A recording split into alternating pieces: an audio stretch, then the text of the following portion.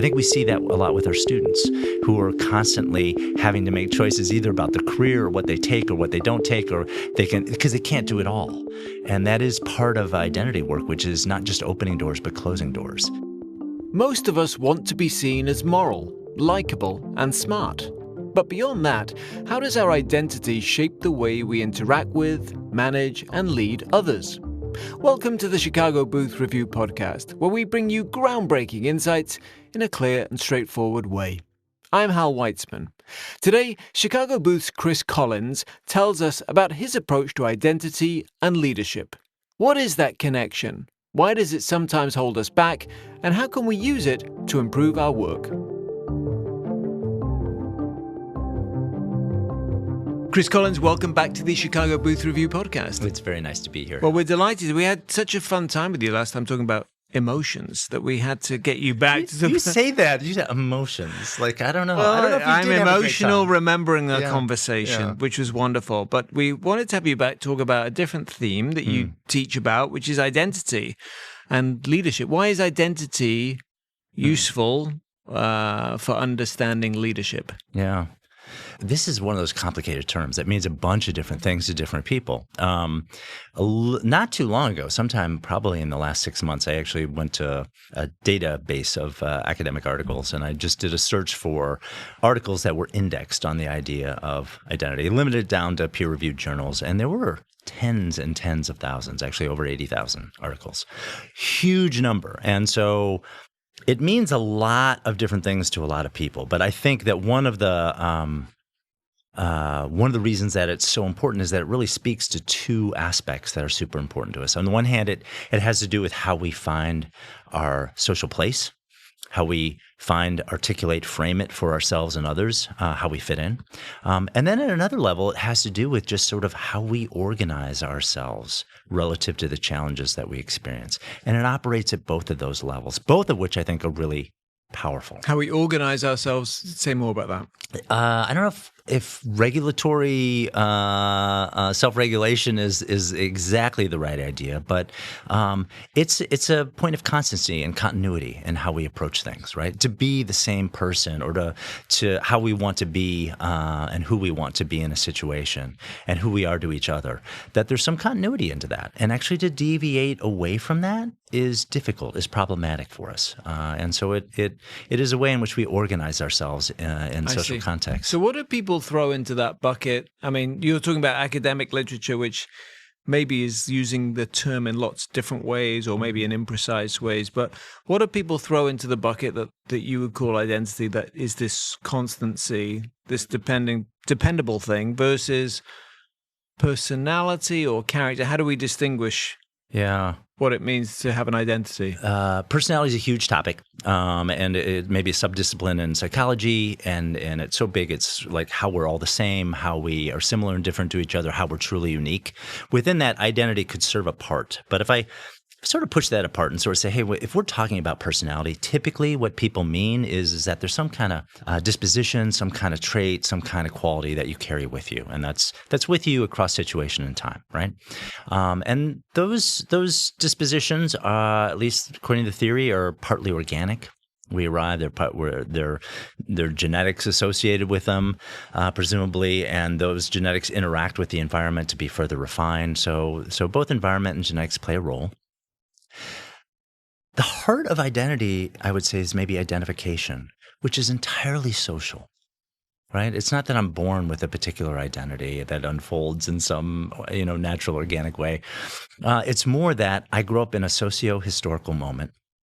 The social environment that I find myself is like source material for me figuring out who I am and who I could be. And can I assemble a culturally recognizable version that works for me in the context, right? So big picture thing, but that's how I might differentiate it. I'd sort of say identity kind of, in all those articles, probably includes two major strains. One might be a social strain, and we're sort of thinking about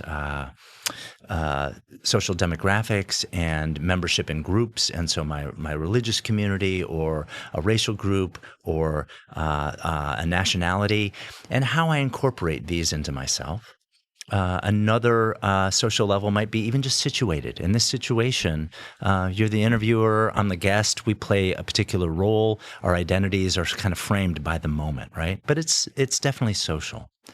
So that's one thread. And then there's another thread, which is a little bit more personal. And that's what I suspect we're going to end up talking about today, which is I might have a narrative about who I am, where I've come from, and I might espouse a set of values or concerns that are animating my life and organizing it, aspirations, places I want to go. And even below that, maybe at an unconscious or a preconscious level, there might be elements of and people might call it an ego-synthetic set of constructs that help me knit together and interpret the kinds of things that I'm experiencing that I might be able to surface and make conscious, but a lot of times it's happening underneath the surface. But this identification is happening at all those four levels with social groups. It sounds like something that I choose. I don't know. Let me ask this: an identity that you've chosen. Yeah. What is an identity that I've chosen? Yeah. Well, I think all your identities you choose to a certain extent, don't you? I mean, nowadays you could choose anything. So if you could choose anything, then anything you choose, you've chosen. You could choose anything? Pretty much. I mean, you can't change maybe your racial character, but you can change, you can certainly change your nationality, you can change your sexuality, you can change a lot of things, change your political identification. So anything that you've anything you're doing, you've either chosen or you've failed to choose. You've somehow made a choice in some sense. So I think a lot of what I would think I've actually chosen to do. Is that wrong? Well, the thing that what I'm sensing is that you're collapsing things that I might just say are distinct. One is sort of like, hey, I grew up in a Presbyterian church. I'm not Presbyterian at the moment, but let's say I'm a practicing Christian, right? How deeply do I identify with that? How central is that to how I think of myself and how I define myself, right? So I can occupy a status. I know some people sort of say, oh, I belong to this religion or I belong to this nationality, but that's not a huge part of how I think about myself, and I don't see it necessarily as incorporated or evident or tied to how I carry myself. So there's sort of like, oh, being able to be categorized in a thing. And then there's another question about like, to what degree have I internalized aspects of that? And am I eager to sort of say, I am like that? I identify with that. I value it. I've absorbed it as an animating and organizing concern for myself. I see. So you're describing it in a positive way. This is my identity. That these are things I choose to highlight. Is that right?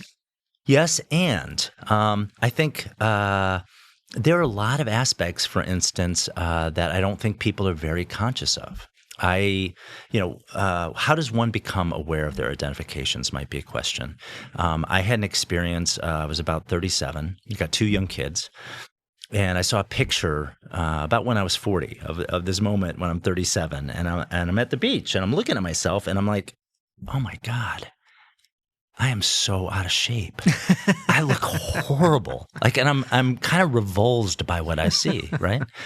And at that moment, that's every day of my life. Yeah, well, I feel like that. But go ahead. At this moment, I was encountering a version of myself that had strayed very far from an ideal that I identified with.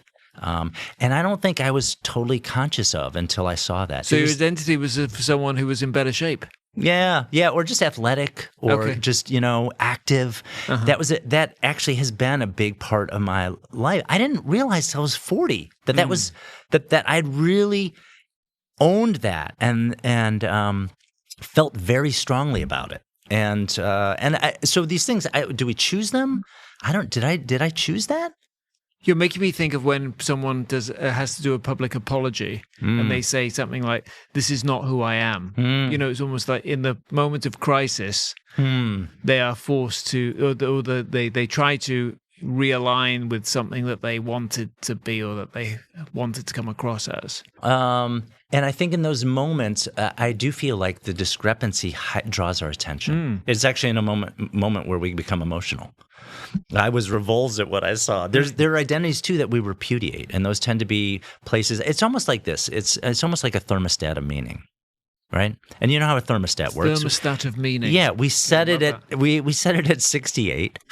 And there's this thing going on where it's comparing how, what the temperature is relative to Right. that set point, and it's constantly dynamically adjusting it. Well, we have certain meanings that we've internalized that are super important to us. And we are always absorbing, where am I relative? And it's very complicated because we have multiple things that we're concerned about, multiple identities that matter. But those moments where we stray too far, that's a moment often where we're like, ow, this is painful. Mm-hmm. This hurts. And to stray too far from something I really idealize might sadden me. And so I want to press more on that. This idea of straying from what's comfortable, what you have in your mind's eye as your identity, because you obviously teach leadership. And I'm guessing, I'm just extrapolating from listening to you speak, that some people, this relates to imposter syndrome. Some people just don't see themselves as being a leader, so they therefore don't do it. Yeah. They never become it. And others are given leadership roles and really think that they're just charlatans and that they're not really leading, and it feels uncomfortable and doesn't feel like them. Yeah. Whereas there are people who from a very young age see themselves as leaders and will either feel cheated that they haven't been given those positions, or will just be very confident when given them and kind of feel like their identity has come home. Yeah. Yeah. I do feel like there's one of the things this might relate to is just sort of how we take to the roles that we have, right? Or take to abilities that we might or might not have. I thought I was really good at mathematics, studied mathematics in undergraduate, and about my junior year, I started to encounter mathematics that I could not succeed at. And it shifted how I thought about myself. And, I was looking for ways to get those last couple courses of my major in. So there is this issue, but relative to leading, you can imagine some people who feel very good and comfortable in a spotlight and feel like, no, that's me. That's a space where I excel in, and others who sort of say, oh God, that's awful. I want to be as far from that as I possibly can. That definitely affects how people see themselves. I find that, though, a really the most common conflict that I see when I work with either professionals, alums, students, is this sense of like how I view myself is at odds somehow with what my role asks of me. One example of this, maybe not directly it's work related. He's a super nice guy. And I think a deep part of him really identified with this idea of being close, connected, being the nice guy, being the friend. And it made him hard to contradict people, to disagree with people. And it was so classic because he knew this about himself. And he had this job offer. And he got the offer, and he's sort of like, I'm gonna be really tough. I'm gonna be really hard. I'm gonna come back with like an aggressive counteroffer, right? So he goes away. I'm like, I'm dying to hear how this turns out. He shows back up, and I'm like, what happened? He's like, I got it. And I'm like, tell me more. And he's like, well, I threw out a number and he immediately agreed to it. And he's like, so I didn't go far enough. I couldn't even go far enough to elicit a disagreement. The tension that he felt about deviating from being the agreeable one was really hard, and just figuring out how to calibrate that. So whether it's giving feedback to people or taking a hard stand something, I think a lot of times leading is standing alone.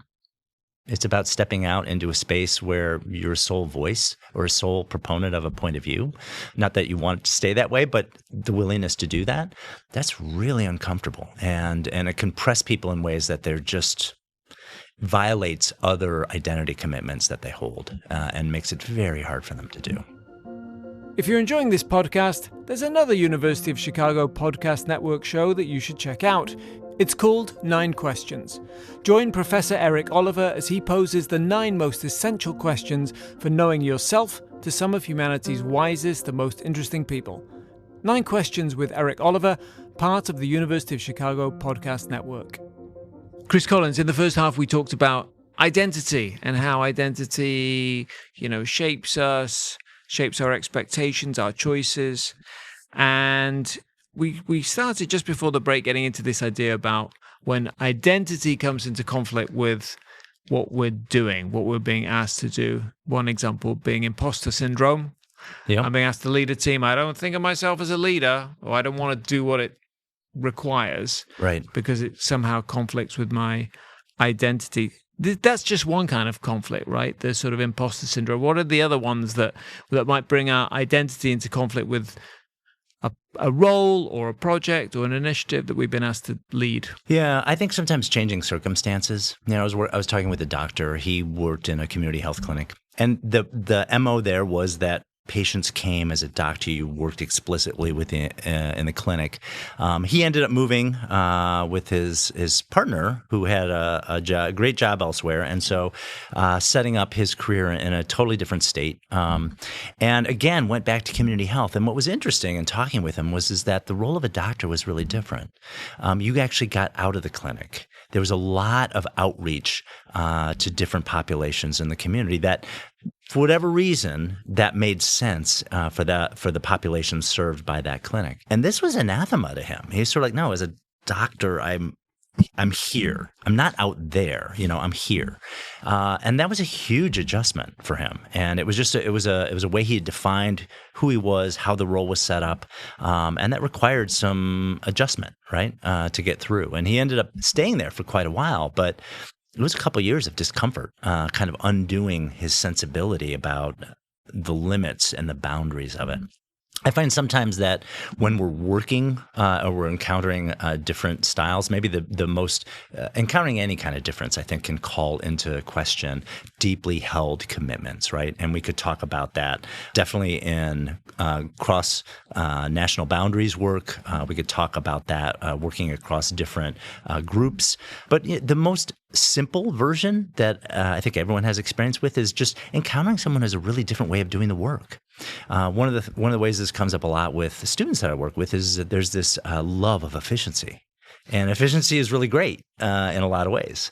But just this sort of sense, I am really attached. And we just had this meeting and it sucked because it wasn't efficient. We didn't move through it in an expeditious or an organized manner, or the manner that I consider to be organized. And they've identified deeply this is the right way to do it. It feels right to do it this way. And to not do it this way really feels wrong, right?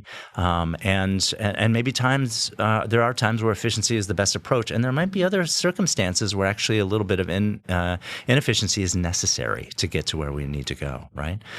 So that's another place where I see sort of some of the things that we become deeply attached to, not just intellectually, but emotionally, right? Kind of show up and can get in the way of our ability to really connect with other people in our environment and work productively. Okay. Generally, how do you advise people to manage these conflicts? Yeah. I think part of it is I just described a situation where I didn't realize something about myself till I was 40, right? Even though it had been with me my whole bloody life.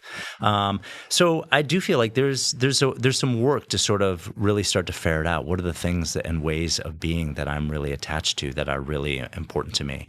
And some of the best opportunities are to encounter violations of those desires, those values, those priorities, because that puts them in strong relief, right? So as we encounter those, it's our natural temptation or natural inclination to feel frustrated. And I'm not actually saying don't feel frustrated. Feel frustrated, but also get to what the frustration means. It means like, oh, there's a deep sensibility that I have here that I'm committed to that isn't being honored, or we're really far from that. And that now I see that more clearly. I can start to ask questions about it. Like, is that the most important priority in this situation? Maybe it is. Maybe it's not. Either sensibility will give me a little bit more acumen, a little bit more knowledge in terms of how I move forward in terms of responding to the frustration. Right? But you said at the beginning that you described identity in quite positive terms, and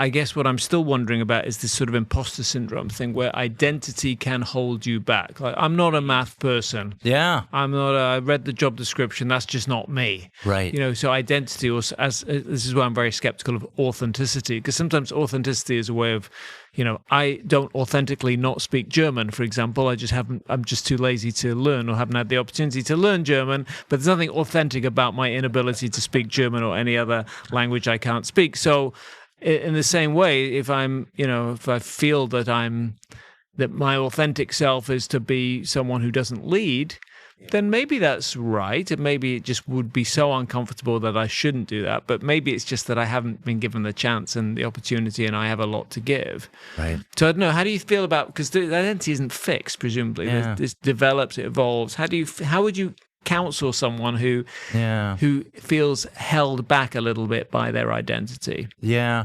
No, I think you're right. And when we talked about that sort of like a thermometer of meaning, it's something that's pulling you back, but pulling you back to something, right? It's pulling you back to whatever that set point of is that you're using as self-definitional. Right.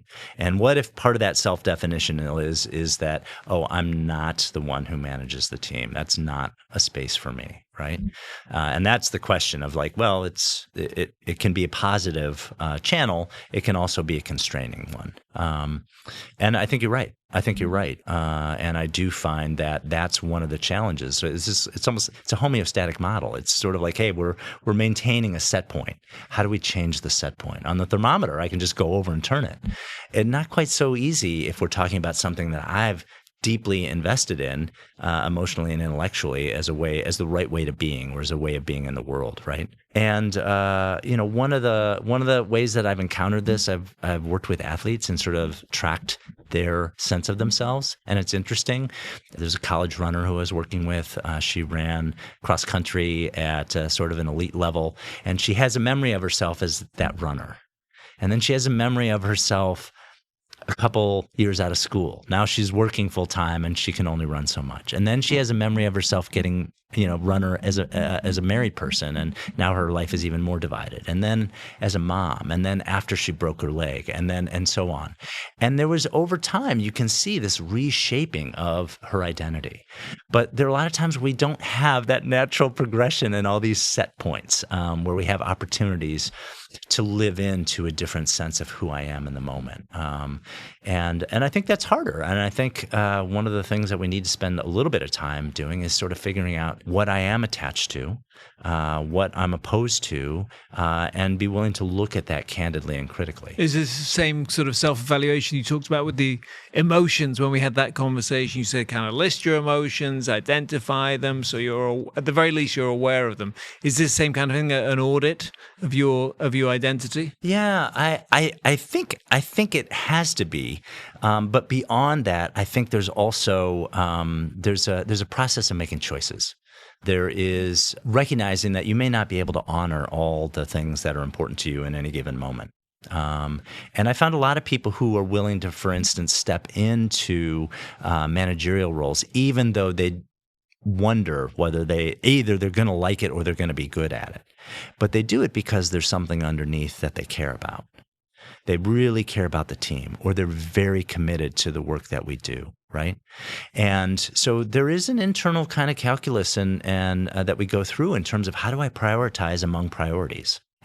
What are the ways in which I work with that? And it does involve making choices. And that's really, really hard. I think we see that a lot with our students who are constantly having to make choices either about the career or what they take or what they don't take, or because they can't do it all.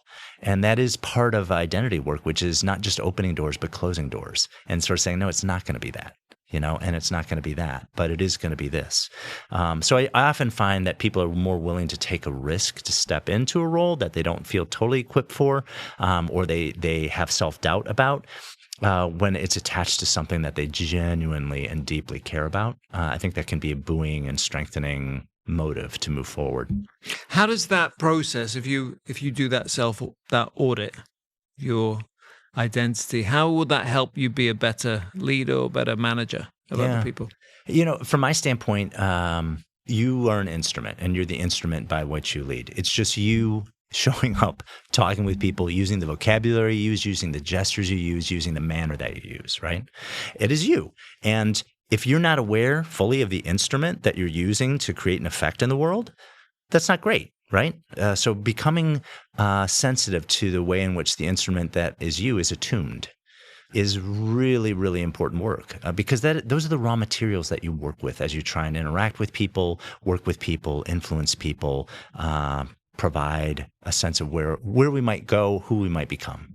Okay, so it sounds like something that we all should do as our homework after listening to this episode is no, I'm serious, is to write down what do we write down exactly? How do we get to our identity? Write down our values, write down what makes us who we are. How would we start? Yeah.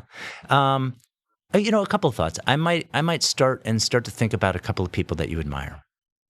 When I start to think about people I admire them because in some way I identify with them and I want to channel some of what they have. And as you think about those individuals, and try and think of 5 or 6 people, and it could be a parent, it could be a high school teacher, it could have been, it doesn't have to be this sort of elevated business leader or public leader or whatever, but just the people that you've encountered. In fact, the better you know them, the better it is for the exercise. But then be critical, sort of say, if it's not the whole person, but they had 2 or 3 things that I deeply admired and I'd love to channel, right? And that starts to sensitize you to some of the things maybe that you are very important to you and that you really value and that you're trying to embody in your own work.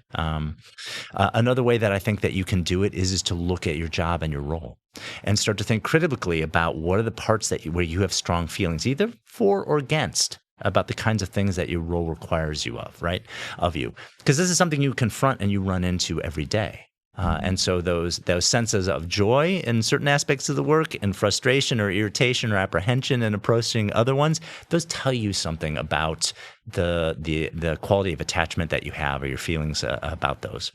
So that's another way to very quickly do a simple audit, and it doesn't take a lot of time. And even just by observing yourself over the course of a month, you can learn a lot about what are the things that I'm most attracted to and most strongly invested in the work that I do, or in the characters and the people that I interact with.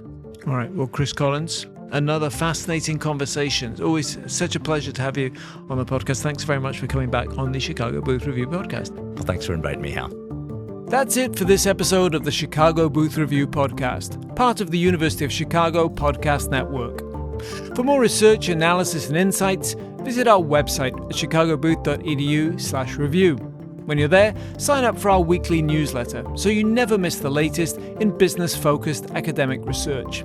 This episode was produced by Josh Stunkel. If you enjoyed it, please subscribe and please do leave us a 5-star review. Until next time, I'm Hal Weitzman. Thanks for listening.